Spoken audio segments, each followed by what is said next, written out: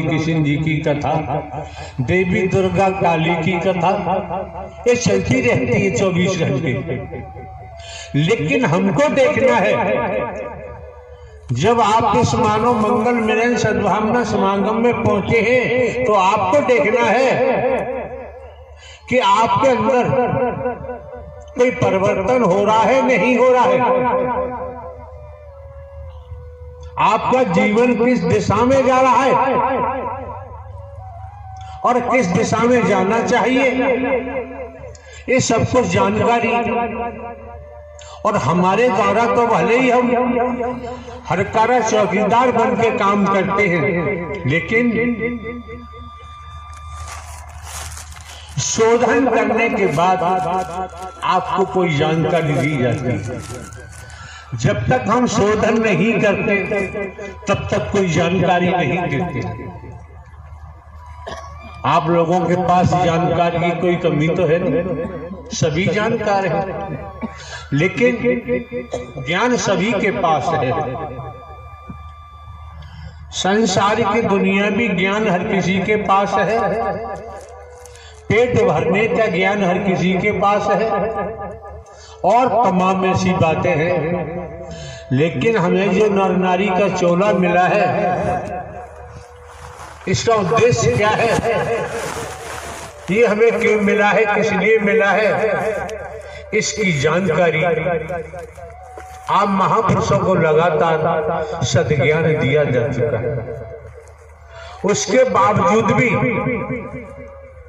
घासीराम की फौज जैसी स्थिति निर्मित करते हैं, तो हमारा कहना तो यही है, जब आप सुनते नहीं, दर्शन के महत्व को नहीं समझते, वाणी के प्रभाव को नहीं समझते, वचन के प्रभाव को नहीं समझते, तो भैया किराया भाड़ा खर्च करके यहाँ आने की जरूरत नहीं। राष्ट्र में इतने मिशन संगठन पंथ हैं, गुरुजी हैं, सदगुरु जी हैं, कहीं जाओ आपकी मर्जी है।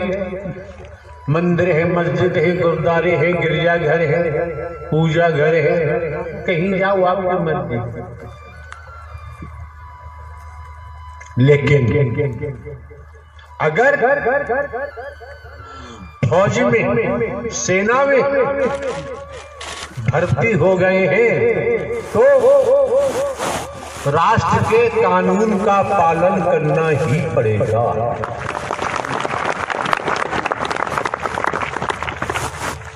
फौज में, सेना में सक्षम अधिकारी का आदेश इसलिए मानना पड़ेगा क्योंकि वो अधिकारी अपने कर्म से बने हैं, लेकिन सरकार ने उनको पोस्ट किया। अगर सेना में तो कोई संस्कार से हम भर्ती हो गए, ट्रेनिंग भी की, अगर कानून का पालन नहीं करेंगे, जो हमारा उत्तरदायित्व सीमा पर बनता है, अगर हम वो नहीं निभाएंगे, सक्षम अधिकारी के आदेश का पालन नहीं करेंगे, तो दंड तो मिलेगा ही, बर्खास्त कर दिया जाता है। क्यों? सेना में ये नहीं पूछा जाता है कि आप हिंदू, मुस्लिम, सिख, ईसाई के ब्राह्मण, क्षत्रिय, वैश्य, शूद्र हैं। वहां एक सैनिक बनाया जाता है। राष्ट्र जिसके रोम रोम में है और राष्ट्र हित की ही बात अधिकारी कहते हैं, आदेश करते हैं। सेना, सैनिक पालन करते हैं। कोई मौसम हो, सर्दी, गर्मी, बरसात, बर्फ लगातार गिर रही है, ट्रेनिंग में इतना मजबूत कर दिया जाता है, बर्फ गिर रही है, ड्यूटी पर जब सैनिक जाता है उसी रूप के वस्त्रों को धारण करके जाता है। ड्यूटी से या ड्यूटी को छोड़कर इधर उधर कदम नहीं दे सकता। अगर इधर उधर को कदम देगा, कोई घटना, अप्रिय घटना घटित हो सकती है। तमाम प्रकार की घटनाओं से रूबरू होकर मुकाबला करना पड़ता है। आपके जीवन में खेती बाड़ी, नौकरी, व्यापार करते हुए, परिवार में रहते हुए, जब आप लोगों का आगमन इस मानव मंगल मिलन सद्भावना समागम में हुआ है, सत्य के साथ में हुआ है, किसी से ये नहीं पूछा गया कि आपका गोत्र क्या है, किसी से नहीं पूछा गया। और ये भी नहीं पूछा गया किस स्तर के आप अपराधी हैं,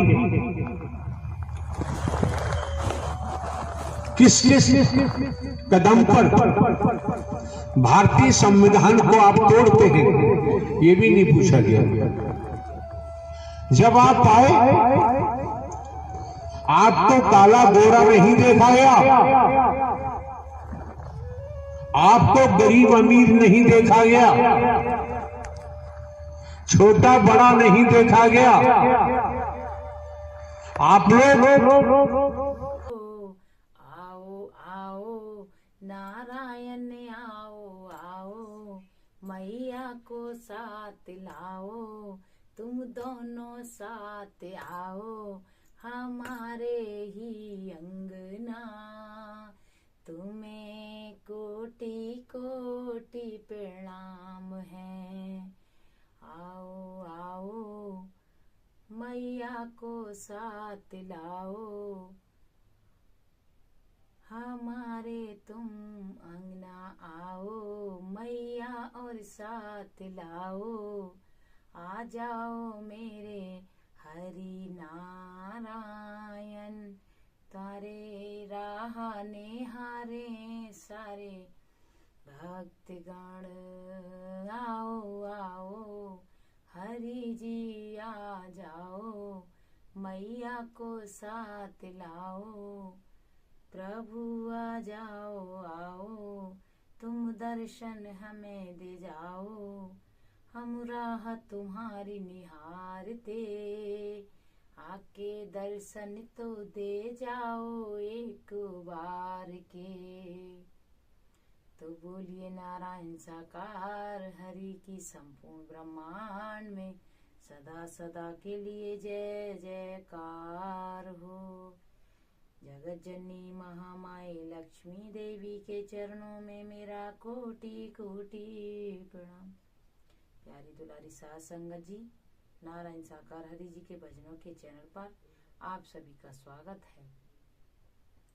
आप सब कैसे हैं? हरि जी की कृपा से आप भी स्वस्थ और मस्त होंगे।